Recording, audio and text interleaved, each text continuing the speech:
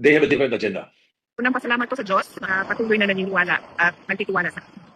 One Ball University, kinuyog ng mga abogado sa social media dahil sa mga maling akusasyon laban po sa Korte Suprema na tinawag niyang may agenda umano ang mga Supreme Court Justices. Kaugnay po ito sa tuluyan ng pagbaon ng impeachment laban po kay Vice President Inday Sara Duterte. Anak ng kagwang, sino bang paniwalaan natin itong abogado? Itong hinayupak na Tito Soto na wala namang alam sa batas at hindi nag-aral ng batas. O yung mga abogado, mga Supreme Court Justices, ginawa na ho niya talagang itbulaga ang Senado, anak ng kagwang. Hindi pwede dito ang bulagaan, Tuta Soto. Nagpahalata ka na tuta ka ng anak ng kagwang. Tuta ka ni Tambaloslos, nakailang ano kaya tumalita. Oh, heto, pag-usapan po natin ang harap-harapang harutan ni Bungit at ni Chucky Claire. Ngayon ko lang kasi ito napansin, anak ng kagwang. Mukhang nagsisilos po dito si Baki eh. Kasi kagabi, noong picture taking, mukhang hindi po dumidikit si Baki ng masyado kay Bungit, no? At na-out of place po si Bungit. Mukhang hindi pinansin, patay ka, Chucky Claire. Magandang gabi po sa ating lahat. Palike po muna, pa-share, pa-subscribe at pakipindot ang inyong notification bell para lagi po tayong updated sa ating mga video. Suportahan po natin yung pangalawang YouTube channel ko, ang Bisdak Historiador. Try natin mag-live dyan mga isang beses, isang linggo. Pag-usapan po muna natin, saka na yung harutan nila ni Chucky Claire, dulo na natin pag-usapan. Pag-usapan natin itong si Tuta Soto. Dahil lumalabas talaga ang kanyang pagkatuta. Hindi ho niya ito may tatago eh. Putsang ina, ampalaya ang animal, no? Hindi niya talaga matanggap ang desisyon ng Supreme Court. Nagmamaktol ang hinayupak. Kasi gusto niya magiging vice-presidente, no? Pag naging vice-presidente, ma-impeach si BBM, presidente din siya, no? Ang inumin. Nakaka-diabetes yan. Kitang-kita mo ang galawan ng taong ito, taas ng pangarap nito, no? Wala na. Wala ka namang guts, no? Maging pangalawang pangulo at lalo na maging presidente. Tanggapin mo na lang yung desisyon ng Korte Suprema. At ang matindi ho nito, meron siyang akusasyon sa Supreme Court, meron daw agenda. Alal! O, pakinggan natin ang balitang ito, mga kabisnak. Nauulor na si Tuta Soto eh. Tila impossible dream na. Ganyan po inilarawan ni Senate President Tito Soto ang impeachment process na mas pinahirap po raw ng Korte Suprema. Sinabi po yan ni Soto matapos pagtibayin ng Korte na labag sa batas ang articles of impeachment laban kay Vice President Sara Duterte. Para po sa detalye, may express report si Mean Los Baños. Mean, ano ba ang ibig sabihin dyan ni SP Soto sa pahayag niya? Ay Ruth, handa nga si Senate President Tito Soto na suportahan ang charter change at sakaling may magkakaroon nito. Yan daw ang naging desisyon ni Soto matapos mabasa ang ilan sa ilalim ng desisyon ng Korte Suprema kung saan pinagtibay ang pagbasura sa articles of impeachment laban kay VP Sara Duterte. Lumalabas daw kasi ngayon at tila pinahirap ng gusto ang impeachment process sa bansa na para bang naging impossible dream na. Dahil Loko, no? Mag-chat-chat na lang daw siya. Dahil impossible dream, mag-chat-chat na lang. Hindi mag-chat-chat kayo na yupa ka, pero hindi ho po pwede na yung pinaka-highest in the land na korte ay hindi mo respetuhin. Huwag na tayong masyadong ampalaya, overreact. Tanggapin mo na natalo. Talo yung manok mo, talo si Tambaloslos. May February 6 naman eh, kung ano-anong pinagsasabi nung papahirap. Yung pahirapan, yung tawag niya, pahirapan daw ang pagsampa ng impeachment. Dapat talaga na mahirap sampahan yung requirements dyan. Kasi aabusuhin eh. Nagaya po itong mga drama-drama nila sa impeachment, inaabuso ng mga animal eh. dahil daw sa mga bagong rekisito sa dinagdag ng SC para masabing constitutional ang isang impeachment complaint. Sila na bago ang ilang probisyon ng saligang batas partikular tungkol sa impeachment process. Bagay na pinalaga ni Soto. Iit niya, walang karapatan ng Korte Suprema na baguhin ang batas kahit sa pamamagitan ng kanilang desisyon. Ang Kongreso lang ang may kapangyarihang mag-agenda sa konstitusyon. At kung ganito lang daw ang ginagawa ng Korte Suprema, mainam na baguhin na lang daw ang konstitusyon. Kung kahit niya magpulong ang Kamara at Senado pag may sinasabing SC desisyon. Pakinggan natin doon ang pahayag ni Senate President Tito Soto. Impeachment na, is an impossible dream. Ibang klase ito.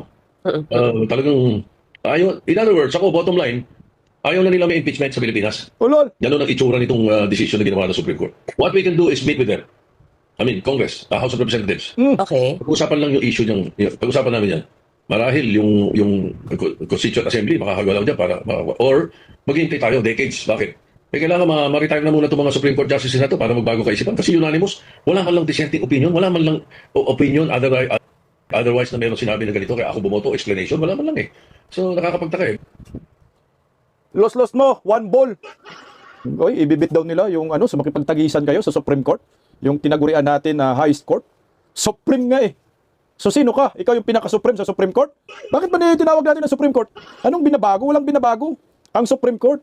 Putangin na ruling ho ninyo yan, yung 1-year bar rule eh. Alam mo tong animal na to, no? Si Tuta Soto, nakakahiya ka sa pamilya mo. Nakakahiya ka sa mga senador. Siya lang ang nabubukod tangi, no? Senate President pa. Nagmamaktol ng ganito. Parang nakasinghot ang gago, no? Dissenting opinion? O bakit ba? Iba ang Supreme Court, huwag kang makialam sa kanilang diskarte, sa kanilang trabaho. Ikaw, senador ka, ang gawin mo, yung trabaho mo. Magpasa ng mga panukala.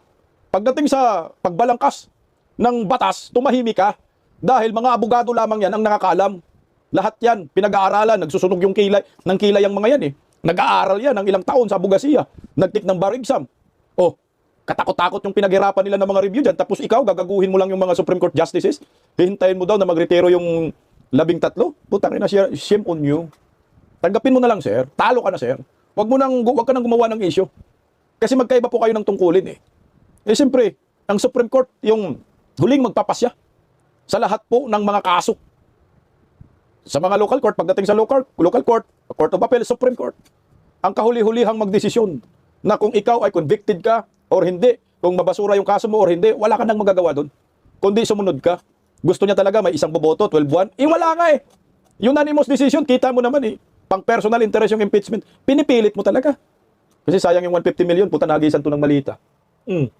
Ilan sa bahagi ng NC decision na hindi nagustuhan ni Senate President Soto ay ang pag-iit ng NC na dapat sa mismong draft articles of impeachment pa lamang dapat kalakip na ang mga ebidensya. At ang ebidensya ito dapat sapat na para patunayan na may basihan ng reklamong kinakaharap ng akusado. Hindi lang yan, kailangan din ang mga ebidensyang yan ay pamahagi sa lahat ng mga miyembro ng Kongreso lalong na bago sila magbotohan sa impeachment complaint. Pag-ilinaw naman ni Soto, walang kinalaman ng opinion niya sa kung sino ang pinaka-impeach. Yun pa ng Senate President, dapat nga raw maging madali ang impeachment process para matanggal ang sal ng gobyerno na hindi natiwali o di gumagampal ng maayos sa kanyang trabaho. Tingin tuloy ni Soto mukhang may agenda o ibang agenda ang naging desisyong yan ng SC. Dahil tumulian kanyang pahayag. Putang ina agenda, no? May ibang agenda daw ang Supreme Court. Di nagpalit na lang sana kayo ng trabaho, Tito Soto. Kamalas mo, dahil wala kang pinag-aralan ng pagiging abogado. Kaya hindi ka qualified magiging Supreme Court Justice. Nakakatawa tong animal na to, no? Feeling niya talaga, siya ang pinaka-expert sa batas. Siyempre, kailangan po natin papahirapan na magsampa ng impeachment. Magsampa ka, siguraduhin mo may mga ebidensya ka. Kagaya yung hinayupak na yung nagsampa kay BBM ng impeachment, nung una, walang ebidensya, dapat nga hindi na yung tinatanggap ng Kongreso. Tinatanggap nila eh. Kailangan pagpasa mo, pacheck mo kung mayroong mga ebidensya, saka patanggapin eh. Pero hindi po yan ginawa na naman ngayon ng Kongreso. Sablay na naman sila. Yan ang mahirap dyan eh. Tapos sasabihin mo, ang Supreme Court may mga agenda. Anong agenda ba? Yung gusto mong ipalabas, Tuta Soto. Sige nga, pakinggan natin yung sinabi niyang may agenda. My thinking would be, they have a different agenda. Dabi, tindi na ako It's sa not a different thinking or what. Ibang tumbok nila, iba ang focus nila. Siguro. Kaya ganun ang nangyari. Or hindi nila pinansin yun. Or hindi nila gawa. Dahil baka ibang style sa sa Supreme Court eh. Baka pag nag-meeting sila, nag-unbank sila, tapos tumigil sila, na yun, adjourn na sa kanila yun. Wala sila nung suspend until tomorrow or suspend until next week. Wala sila ganun siguro. Tanga mo. Ibang Supreme Court sa Senado. Huwag kang makialam. Anong ibang may gawa? Don't tell me na yung desisyon ng Supreme Court, yung 13, may nag-impluensya doon. Yun bang tinutukoy mo, Tuta Soto? Impluensyahan ni Inday Sara? Putang ina, huwag na kayong mag-isip ng ganoon. Dahil si Vice President Inday Sara, yung tatay nga, nandun sa dahig eh. Si Inday Sara, nasa dahig din. Yung desisyon ng Supreme Court kagahapon. Tapos maghanap ka ng sisi, sasabihin mo may agenda. Anong agenda? Agenda na ang mga Supreme Court Justices ginagapang? Anak ng kagwang talaga. Alam mo, Tito Soto, yung pangarap mong hinayupa ka, ibaon mo na lang yan kasi basang-basa na namin. Ikaw, sir, pumuputi na nga buhok mo, anak ng kagwang eh. Magano ka na lang, bulagaan. Kasi parang ang labo po yung sinasabi niya may agenda ng Supreme Court. Hindi ako naniniwala dyan. Kasi kung hindi siguro yan 13-0, no? Kumbaga majority decision. May 7 yung bumoto tapos 6 para magiging majority. Hindi nga majority decision, unanimous talaga. Malabo yung sinabi niya na mayroong agenda. Supreme Court justices magkukopyahan ng decision, hindi. Talagang tiningnan nila, tinimbang yung ginawang proseso sa pag-impeach kay Vice President Inday Sara. Dinadali kayo sa 1-year parole. Iyak kayo ngayon. Siguro. Sir, yung nabanggit nyo lang po baka may agenda, yung Supreme Court. May mga nagsasabi kasi na baka ang goal nila is hindi rin sila ma-impeach. Kaya pinahirap nila yung process. Ganun po ba yung nakikita nyo ring dahilan? Well, mahirap magbintang pero that's a possibility. And I've heard that from other people. Parang gano'n. Humirap eh. Humirap ang pag-impeach eh. Only because there was a question, the petition sa Supreme Court about the constitutionality of the impeachment ni Vice President Sara Duterte. Di ba? Dapat nun right then and there nasabi na kagad eh. Pero yung ginamit kasi ng mga dahilan, yung mga ginamit na dahilan, hindi pwede. For example, yung adjournment, hindi naman eh. Pangalawa, hindi raw yun yung first, hindi, yun yung first na in-approve eh. lahat ng final, hindi pa pwedeng pag final yun na. Otherwise, wala ka na may impeach. Kasi ang gagawin ng kahit sino, magpa-file ng impeachment ng walang kakwenta-kwenta, basurang impeachment, sigurado walang mangyayari. Hindi na pa pwedeng entertain yung pangalawa, pangatlo, pang-apat na impeachment. Dahil doon sa sinasabi nilang yun. Di ba? Alam nyo po, dapat na to talaga kasuhan ng contempt itong si contempt order itong si Tuta Soto.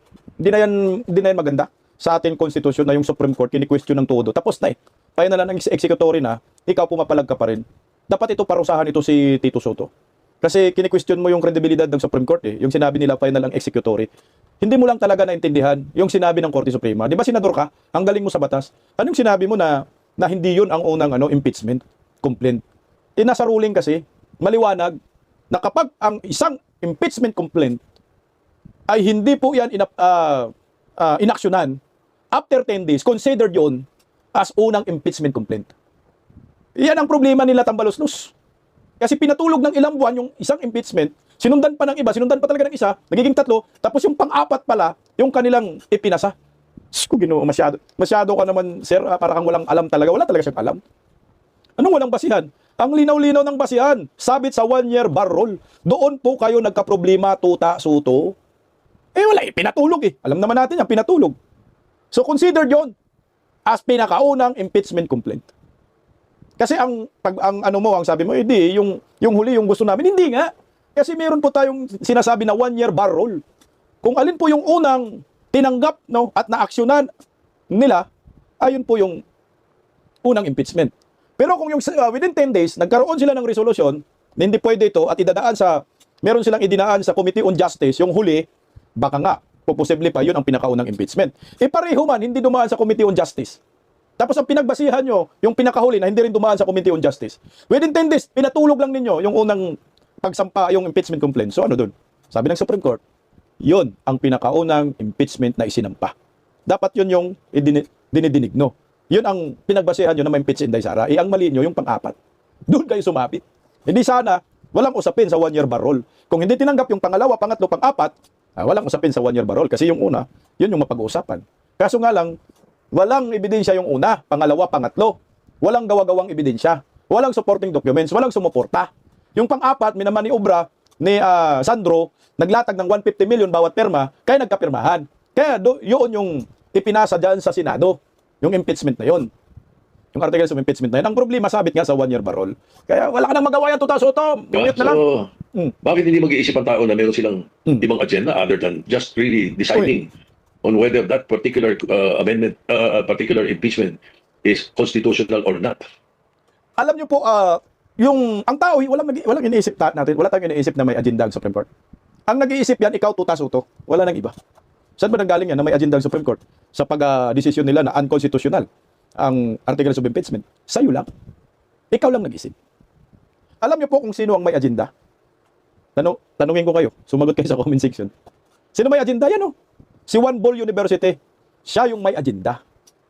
Bakit ba atat ka na atat na ma-impeach si Inday Sara? Kasi pag ma-impeach si Inday Sara, siya yung uupong Vice President. Ngayon, may impeachment din kay BBM. Pag ma-impeach si BBM, kung sakali na-impeach si Inday Sara, siya tatay Vice President, si BBM ma-impeach, siya na Presidente. Kaya Tuta Soto, ibabalik ko yung sinabi mo. Impossible dream. Kaya ganyan ka, nakikita na namin yung galawan mo. Huwag mo nang itanggi. Ang taas ng pangarap mo. Hindi, dumaan ka ng eleksyon. Tumakbo ka muli sa pagka-vice-presidente, tingnan natin kung manalo ka. Matatalo ka kasama ng puon mong si Bungit, no? Kahit anong gawin ninyo, ano na yan ang Supreme Court? Alam mo, pag ikaw may kamag-anak ka, na Soto, ikakahiya ka. Ikakahiya ka ng pamangkin mo dun sa Pasig. Promise. Kasi wag mong barahin yung Supreme Court. Kasi kung ikaw, may problema ka rin, magkakaso ka, saan ka dudulog? Sa Supreme Court. Ibibilatan ka ng Supreme Court. Putang ina, grabe mong mga akusasyon sa amin. Sabi mo, may mga agenda kami. Pero ngayon, nagsampa ka ng kaso, dumulog ka sa amin. Kala ko ba? Hindi ka maniniwala sa amin, pero ito, magsasampa ka. O di ba, Tuta Soto? Ganun din naman, doon ka pupunta. Walang agenda yan, ikaw lang meron. Napakadaming dahilan na mali. Uy! O yung sa inyo, sa ABS, ni-report nyo raw. Di ba, nasa decision. Imagine, it finds itself in the decision of the Supreme Court a wrong press release, a wrong press report, at ginawa pa kayong mali ang ABS. Di ba? Mali naman talaga. Imagine, wow, ibang klase. And now, they did not correct. Mali man talagang ibig sabihin Sino bang paniwalaan na? Ibig sabihin, bias man yan, buang ka naman Soto. Supreme Court pa rin po ang lahat. Hindi pwede ikaw. Kung ayaw mo ng Supreme Court, iputang ina, umalis ka sa Pilipinas, that's part of democracy. Demokrasya po tayo eh. Meron tayong tinatawag na highest court. Ang Supreme Court, yung pinaka-highest court sa lahat ng korte ng ating bansa. Wala nang iba, hindi naman sinabi sa ating saligang batas na ang highest court ay Senado. At ang pwedeng maghusga ang Senate President, walang ganun. Ang tangi lang magbalangkas at makapagsabi at magpapaliwanag yung kahulugan ng batas ay Supreme Court lang. Ikaw hindi ka pwedeng magmamaktol dyan. Kung natalo ka, talo ka na talaga. Huwag mo nang ipagpumilit dyan, iskol bokol. Correct all these things, ha? In this decision. Pati yung, ako talagang very critical ako doon sa sinasabing adjournment eh. Hindi naman kami nag-adjourn eh. Wala naman si adjournment sinidi eh.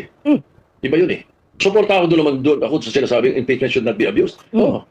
Suportado ako doon. O ngayon, Pero bakit ka hindi. nagmamaktol? Power should not be abused. Sabi ko nga, legislative overreach eh. Ulol! Legislative overreach? Paano mo sasabihin na legislative overreach sa tuta soto? Hindi naman nakikialam ang Supreme Court sa mga desisyon nyo dyan, sa Senado. Ang Supreme Court naghihintay lamang ng kung anong mga reklamo sa korte. Mayroong nagsampa, may nagreklamo. Kampo ni Vice President Inday Sara. Alam nga naman, ang Supreme Court ay hindi didinggin yan. Kami yung tinaguriang highest court sa bansa. Merong reklamo. Kami yung last resort ng mga Pilipinong may reklamo. Nakita namin na yung reklamo niya may basihan. Tinignan namin yung mga ebidensya. Nakita namin sa mga balita. Nakita namin sa mga hearing na yung ebidensya may basihan na nilabag ng Kongreso ang 1-year bar rule. Sabit ka dun. Anong overreach legislative? Hindi naman nakikialam ang Supreme Court sa mga hearing ninyo dyan sa Senado. Di ba ho? Ang dami nyo pong mga pinapakontempt dyan. Ngayon dyan sa flood control, nakikialam bang Supreme Court? Hindi sila nakikialam. Hinayaan kayo dyan. Pero, oras na, yung ginagago ninyo sa inyong mga hearing ay dudulog sa Supreme Court, wala kang magagawa, tutasuto.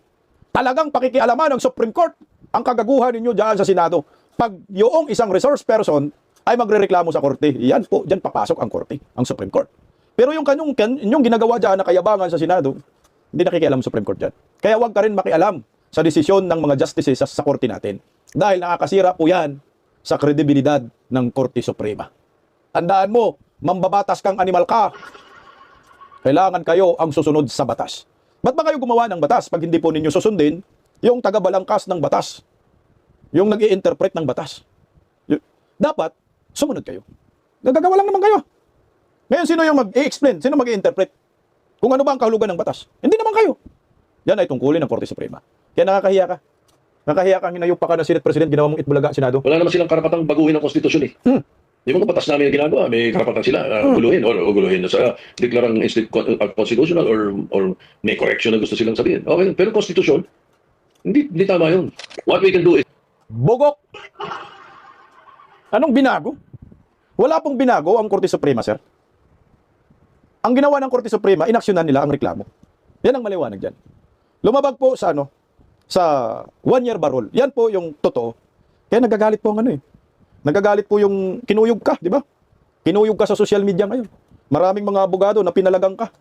Tsaka yung isa nating kaibigan na si Lorin Badoy. Anong tawag sa'yo? One Ball University? Ay, ito po na kaya itong inayupak na to. Pag pumilit yung kanyang wala namang alam sa batas, di naman abogado. Ito, masakit ito sa sinasabi ni Doc Lorin Badoy. How dare you, a graduate of One Ball University, lecture the learned men and women, justice of the highest court in the land, about something you don't have the slightest clue about. Hence, you will always only be Tito Soto Itbulaga to us. Mula Apare hanggang Holo. Si Tito Soto, magbulagaan tayo. Isang tanga, isang ugag, buong bansa, Itbulaga.